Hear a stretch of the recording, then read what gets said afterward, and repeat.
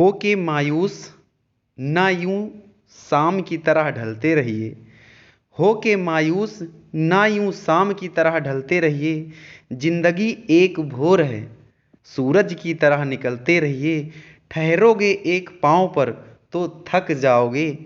धीरे धीरे ही सही मगर राह पे चलते रहिए। हेलो दोस्तों, मैं राजेंद्र स्वागत करता हूं आपके अपने चैनल टीम टीचिंग पर। तो आज हम डिस्कस करने वाले हैं साइंस का पार्ट 2 सेकेंड वीडियो, जो कि कंटिन्यू उसी पैटर्न पे चलेगा जहां से हम टॉपिक छोड़े थे वहीं से स्टार्ट करेंगे। तो टॉपिक आज जो पहला है वो है सुनने की संवेदना।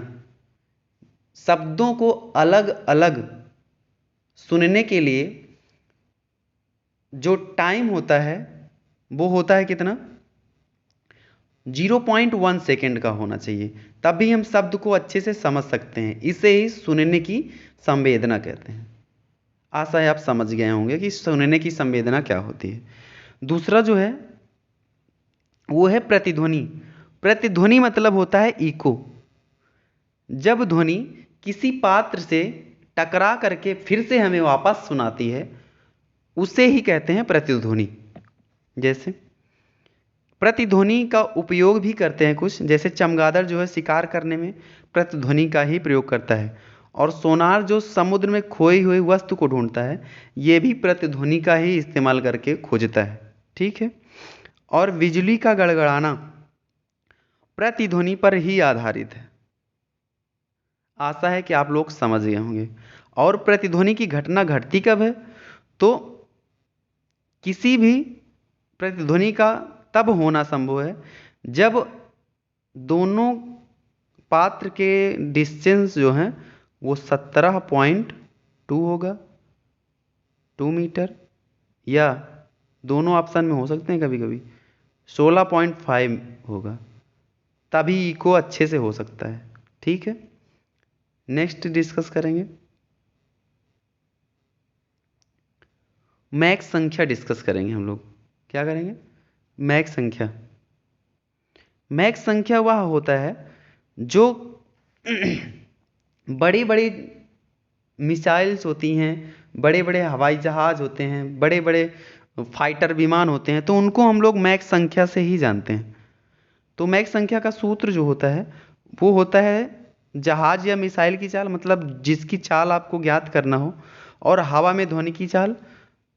इसको ऐसे रख देंगे तो सरल करने के बाद मैक संख्या दे देगा। समझेंगे, पहला क्वेश्चन समझेंगे कि मैक संख्या कैसे निकालना है।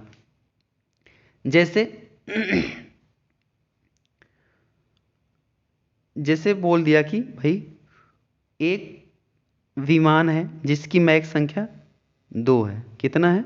2 है। और विमान है, विमान की चाल ज्ञात करना है, और हवा में सामान्यतः चाल कितनी होती? 330 मीटर पर सेकंड होता है। ठीक है।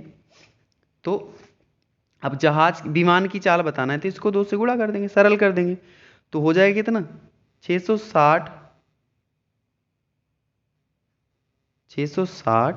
मीटर पर सेकंड। ऐसे ही याद करेंगे। अगर मैक संख्या दे देगा तो हम विमान का चाल निकालेंगे, अगर विमान का चाल दे देगा तो हम मैक संख्या निकाल लेंगे इसी सूत्र के माध्यम से।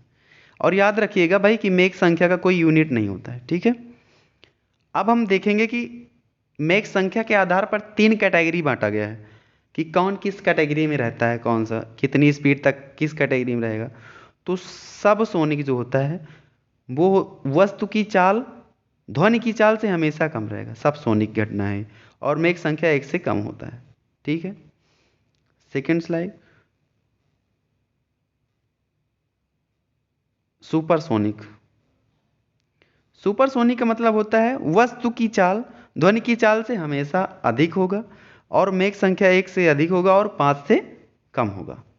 हाइपरसोनिक का मतलब है मैक संख्या 5 से अधिक होगा, ठीक है, तब वो हाइपरसोनिक होगा। सबसोनिक कब होगा? जब मैक संख्या 1 से अधिक और 5 से कम होगा। ठीक। आगे ध्वनि आयाम पर निर्भर करती है। अब हम लोग आयाम समझेंगे कि क्या होता है आयाम। तो ध्वनि ऐसे चलती है, ठीक है। तो ये जो गैपिंग होता है ये, इसे ही आयाम कहते हैं। ये आयाम है। ठीक है। तो क्वेश्चन आएगा कि क्या ध्वनि आयाम पर निर्भर करती है, तो हाँ करती है। और ध्वनि की चाल जो है,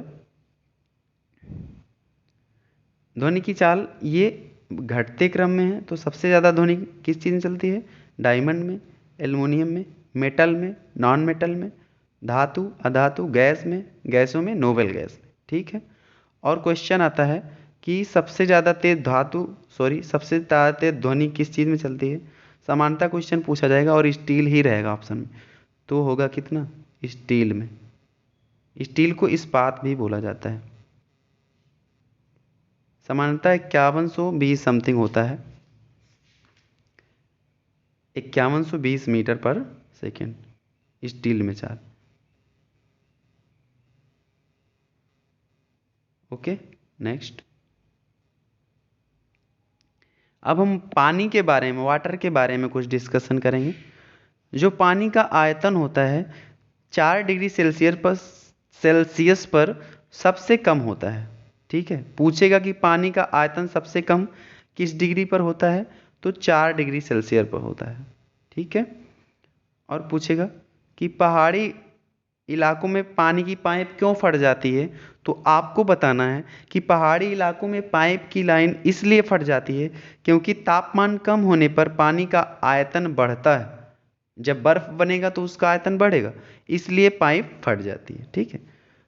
बर्फ पिघलने पर अपना आयतन जो है 10% कम कर देता है। मतलब कि जितना आयतन घेरे रहता है वो गल जाएगा तो पानी 10% कम कर देगा, 90% आयतन बचेगा उसका। बहुत इंपॉर्टेंट है, ध्यान रखेंगे इस बात को। ठीक है। और आगे है, बर्फ पानी की सतह पर 10% पानी के ऊपर तथा 90% पानी के नीचे अंदर डूबी रहती है। बहुत बार पूछा जा चुका है क्वेश्चन, तो ध्यान देंगे इस बात को कि बर्फ पानी के ऊपर कितनी तैरती है, तो 10%।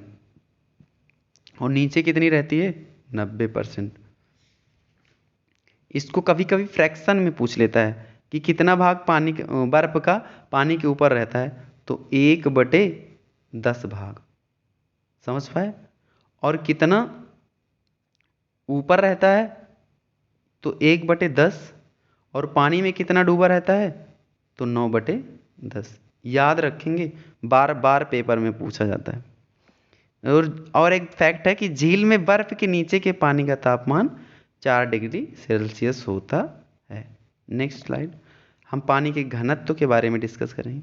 तो 4 डिग्री सेल्सियस पर पानी का घनत्व सबसे अधिक होता है, याद रखेंगे। और पानी का क्वथनांक बिंदु जो होता है 100 डिग्री सेल्सियस, 373 केल्विन और 212 फ़ारेनहाइट होता है। अशुद्धि मिलाने पर पानी का क्वथनांक बढ़ जाता है। डायरेक्टली क्वेश्चन पूछेगा कि अशुद्धि मिलाने पर पानी में क्या प्रभाव पड़ेगा, तो उसका क्वथनांक बढ़ जाएगा। दाब बढ़ाने पर भी जल का क्वथनांक बढ़ जाता है। पूछता है क्वेश्चन में कि प्रेशर कुकर में खाना बनाना आसान क्यों होता है, तो सीधी सी बात है भाई, प्रेशर कुकर में बहुत ज़्यादा दाब होता है, इसलिए बहुत आसानी से, बहुत जल्दी, बहुत कम समय में खाना बनकर तैयार हो जाता है। और जल का गलनांक देखेंगे। जल का गलनांक जो होता है वो होता है 0 डिग्री सेल्सियस, 32 फ़ारेनहाइट, 373 केल्विन। सड़कों पर जब बर्फ जम जाती है तो हटाने के लिए नमक का ही छिड़काव किया जाता है। और दाब बढ़ाने पर गलनांक कम हो जाता है। ठीक है। थोड़ा सा न्यूमेरिकल देख लेंगे और अभी आयतन के बारे में डिस्कस कर लेंगे। ऐसे क्या होता है, ऐसे होता है, ये होता है 0 डिग्री सेल्सियस और ये होता है 100 डिग्री सेल्सियस। तो आयतन जो होता है ऐसे आ रहा है या डाउन हो रहा है, तो यहाँ 4 डिग्री सेल्सियस है। क्या है? 4 डिग्री सेल्सियस। तो इधर को आएगा। तो अगर पूछता है क्वेश्चन में कि 0 से 4 तक जाने पर आयतन में क्या प्रभाव पड़ेगा, तो आयतन में कमी आएगी। ठीक है, क्योंकि नीचे को जा रहा है तीर, तो आयतन में कमी आएगी। अब पूछेगा कि 4 डिग्री सेल्सियस के बाद 100 तक जाने में, 4 से 100 तक जाने में पानी के आयतन में क्या प्रभाव पड़ेगा? तो आयतन बढ़ेगा। ऐसे याद रख सकते हैं इसको ट्रिक के माध्यम से, तीर बना लेना भाई नोट्स में। और सेकंड हम घनत्व के बारे में भी बताते हैं। घनत्व का फिगर ऐसे बनाएंगे, ये होगा 4 डिग्री सेल्सियस। अब तीर ऐसे जा रही है तो पूछेगा कि 0 से 4 डिग्री सेल्सियस पर जाने से पानी के घनत्व पर क्या प्रभाव पड़ेगा? तो घनत्व बढ़ेगा, ठीक है। और 4 डिग्री पर वैसे भी सबसे अधिक होता है घनत्व, तो वास्तव में बढ़ेगा। और 4 से 100 पे जाने पर घनत्व कम होगा। ओके, इतना अच्छे से याद कर रखेंगे। आज बहुत ज़्यादा बड़ी वीडियो ना बनाकर छोटा सा ही वीडियो बना के डिस्कस किए हैं, तो आशा है कि भाई सब लोगों को समझ में आया होगा। हमारा इस वीडियो को देखने के लिए बहुत बहुत धन्यवाद, बहुत बहुत थैंक्स। कैसे लगा वीडियो कमेंट बॉक्स में बताएं, और लाइक करें, वीडियो को सब्सक्राइब करें और अपने प्यारे प्यारे मित्रों के पास शेयर करें। आज के लिए इतना ही। जय हिंद, जय भारत। और हाँ, डिस्क्रिप्शन में टेलीग्राम का लिंक है, अगर आपको PDF चाहिए तो टेलीग्राम ग्रुप में ज्वाइन हो सकते हैं। आपको लिंक डिस्क्रिप्शन बॉक्स में दे दी जा रही है। धन्यवाद।